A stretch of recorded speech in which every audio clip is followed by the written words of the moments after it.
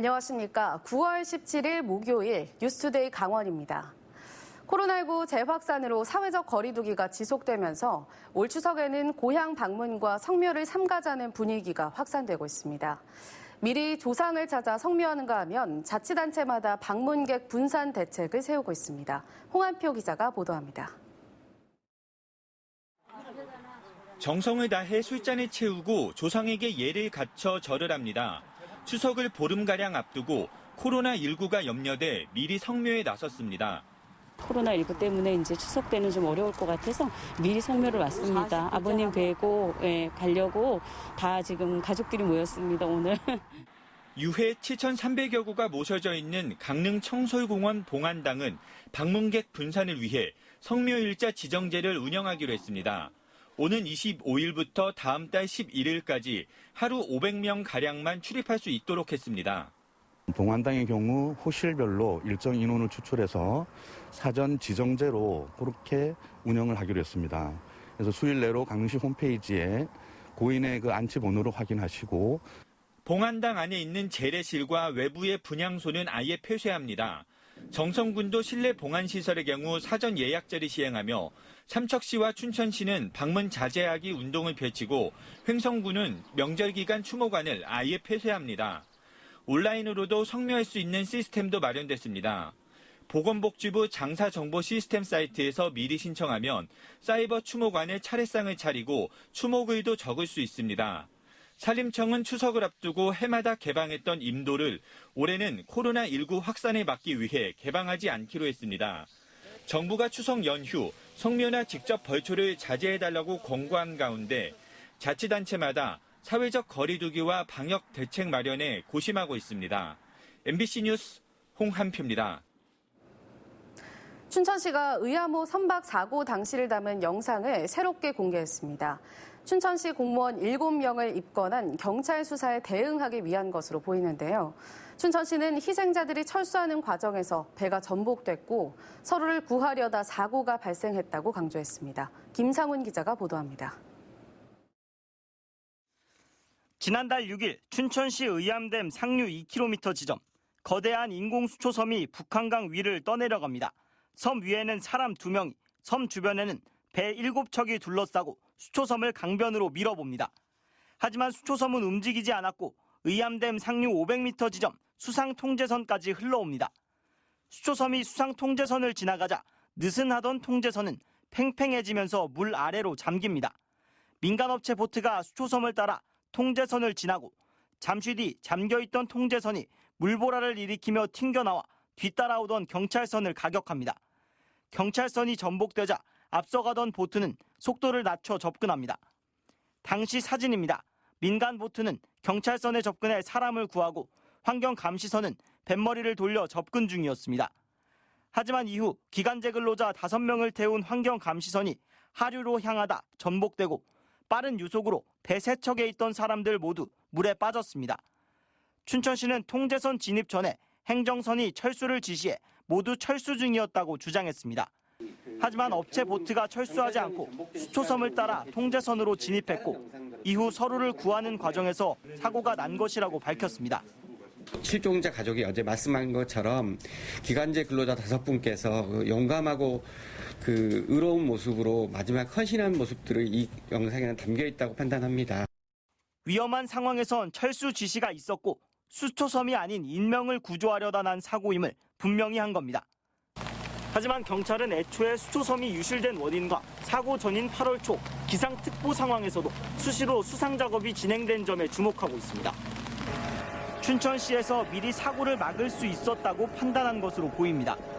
한편 부산경찰청에서 지하차도 침수 사망사고와 관련해 재난안전의 책임자인 부산시장 권한대행을 직무유기로 송치한 것도 이번 수사에 영향을 줄지 관심이 쏠리고 있습니다.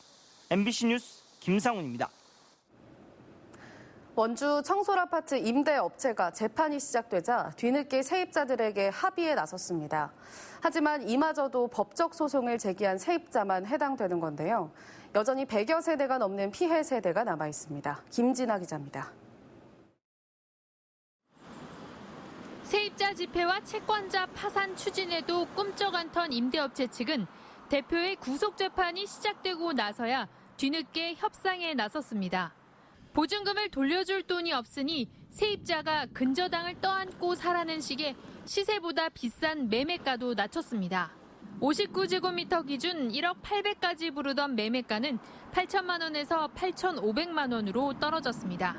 당초 피해 세입자들이 요구하던 수준까지 낮춘 겁니다. 하지만 이마저도 대표를 고발한 주민 비상대책위원들만 해당됩니다. 대표의 형량을 줄이는 데 도움이 되지 않는, 즉 소송에 뛰어들지 않은 세입자 100여 세대는 전세금 반환은커녕 약 1억 원의 돈을 치러야 그나마 소유권을 이전받을 수 있습니다.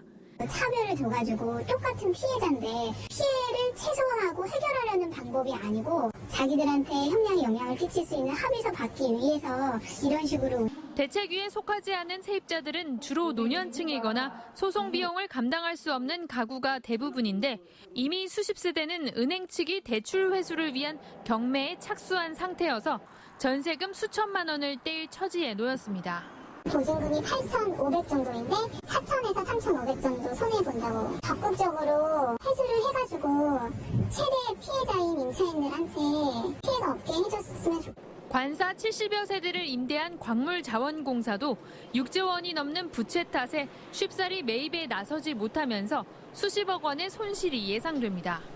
해당 업체는 대표의 구속 재판이 시작되고 나서야 한껏 몸을 낮춰 적극적인 협상에 나섰지만 이마저도 소송 당사자만 해당돼 추가 피해가 이어질 전망입니다. MBC 뉴스 김진아입니다. 종량제 봉투에 담아 버리는 생활 쓰레기는 폐기물 처리장에서 매립되거나 소각 처리됩니다. 시멘트 공장에 있는 영동 지역 시군에서는 가연성 쓰레기를 선별해 시멘트 제조에 부연료로 활용하는 자원 순환이 본격화되고 있습니다. 김형우 기자가 보도합니다. 집게가 달린 굴삭기가 종량제 봉투에 든 생활 쓰레기를 들어올립니다. 선별기로 들어간 쓰레기는 여러 분류 과정을 거치는데 흙이나 타지 않는 쓰레기는 별도로 빼내고 부피가 큰 쓰레기는 수작업으로 선별합니다. 분쇄된 비닐과 종이 등 가연성 쓰레기만 최종적으로 화물 적재함에 따로 담깁니다. 환경부의 시범 사업으로 국내 처음 건설된 생활 쓰레기 전처리 시설은 동해시에서 발생하는 하루 평균 80톤가량의 쓰레기를 처리할 수 있습니다. 절반가량만 매립용으로 남고 나머지 40톤가량의 가연성 쓰레기는 자원으로 재활용됩니다. 쓰레기를 자원으로, 보조 여론으로 재생산할 수 있고요. 이걸 하게 되면 매립장 안정화와 매립장 사용 연한 증대에 크게 도움이 될 것으로 기대하고 있습니다. 선별 과정을 거친 가연성 쓰레기는 시멘트 공장으로 옮겨집니다. 시멘트 공장 소속로에서 석회석과 함께 태우는 건데 이 과정은 일반적인 소각 개념과는 달리 자원순환 재활용으로 불립니다. 파쇄 선별 작업을 거친 생활 쓰레기들은 이곳 시멘트 공장으로 옮겨져 시멘트를 생산하는 부원료로 사용됩니다. 삼척시에서도 하루 평균 40톤의 생활 쓰레기를 선별해 지역의 시멘트 공장에 공급하고 있습니다. 생활 쓰레기를 시멘트 공장 부연료로 활용하면 각 시군은 쓰레기 매립 부담을 덜 수 있지만 아직까지 익숙한 개념이 아니라서 주민 홍보와 인식 개선 노력이 필요해 보입니다. MBC 뉴스 김영호입니다. 강원도 내 학교 등교 수업이 오는 21일부터 확대됩니다. 강원도 교육청은 교육부와의 협의 결과 오는 21일부터 10월 11일까지 춘천과 강릉, 속초, 동해, 삼척 동지역 유치원과 초중고는 등교 인원을 3분의 2로 늘릴 수 있게 됐습니다. 반면 원주 동지역 유치원과 초중학교는 3분의 1, 고등학교는 3분의 2를 유지해야 합니다. 또 전교생 60명 이하 학교와 읍면 지역 학교는 전체 등교가 가능합니다. 단 이 지역에서도 300명 이상 학교와 기숙형 고교는 등교 인원을 3분의 2로 유지해야 합니다. 강원도의회가 접경 지역 지뢰 유실에 따른 농업인 대책 촉구 건의문을 발표했습니다. 의원들은 지난달 기록적인 폭우로 철원과 화천, 양구, 인제, 고성 5개 군에서 150발의 유실지뢰가 발견됐다며 농업인 생명과 안전 보장, 재발 방지를 위한 정부 차원의 대책을 수립하라고 촉구했습니다. 이와 함께 지뢰 탐색과 제거 과정에서 발생하는 농작물 피해를 보상하고 풍수해보험에 지뢰 피해 등 접경지역 관련 보장특약 약관을 신설하라고 요구했습니다. 횡성군이 오는 22일부터 2차 재난기본소득을 지급합니다. 횡성군은 9월 2일 이전부터 신청일 현재까지 횡성군에 주민등록이 돼 있는 4만 6천여 명에게 1인당 10만 원의 선물카드를 지급한다고 밝혔습니다. 오는 22일부터 25일까지 4일 동안은 마을로 찾아가는 서비스를 운영하고 이후에는 10월 말까지 읍면별 행정복지센터에 접수 창구를 운영합니다. 2차 재난기본소득은 내년 2월 말까지 횡성에서 사용해야 하며 일부 유흥업종과 온라인 결제는 제외됩니다. 문화체육관광부가 영월군을 상대로 어제 법정 문화도시 조성계획 평가를 실시했습니다. 문체부와 지역문화진흥원은 영월을 찾아 단종과 장릉을 테마로 한 문화도시 조성계획을 평가하고 예비 문화도시로 선정할지 검토했습니다. 영월과 고성 등 전국 41개 도시가 3차 법정 문화도시 선정에 뛰어들었고 문체부는 이달 말쯤 21개 도시 컷오프 결과를 발표합니다. 예비 문화도시는 올해 말쯤 윤곽이 드러날 전망입니다. 코로나19 재확산 여파로 강릉국제영화제 개최 여부가 불투명한 가운데 강릉시가 일단 개폐막식은 열지 않기로 했습니다. 강릉시는 최근 사회적 거리두기가 2단계로 완화된 만큼 강릉국제영화제를 온오프라인으로 병행 개최한다고 밝혔습니다.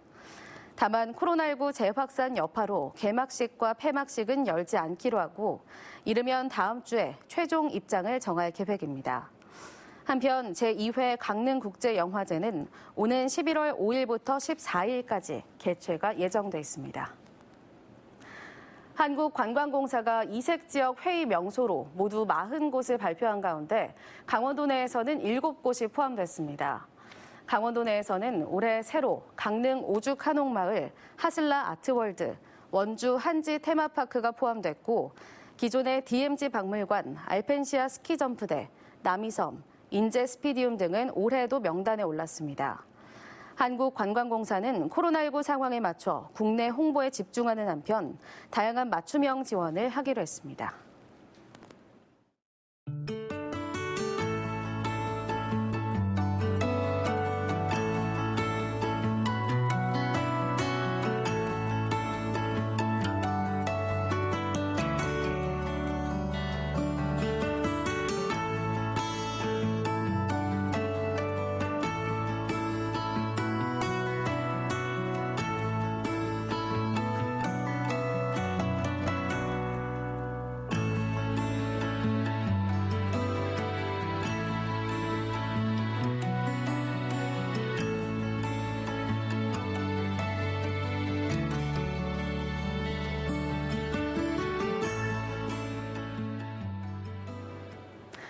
강원도가 행정안전부와 통계청의 인구 동향을 분석한 결과 8월 기준 인구는 154만 1000명으로 지난 5월을 기점으로 증가세로 전환됐습니다.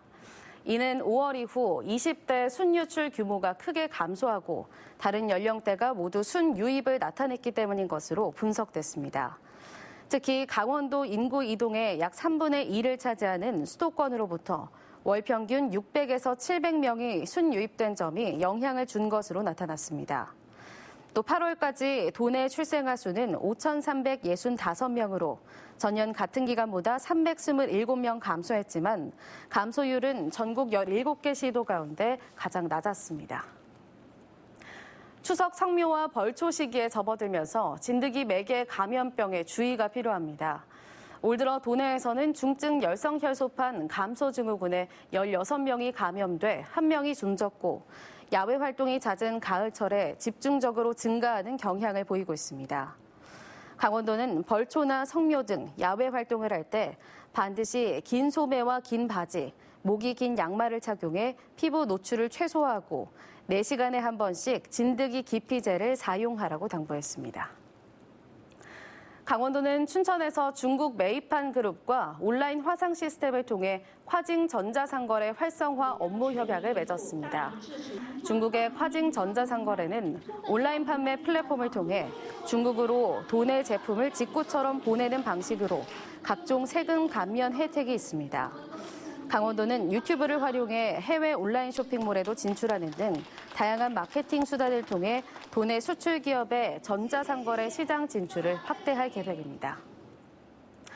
다음 주 대입 수시 모집 원서 접수를 앞두고 강원도교육청은 원서 접수 시 유의사항과 도내 대학을 소개하는 영상을 유튜브 채널 학교TV를 통해 공개했습니다.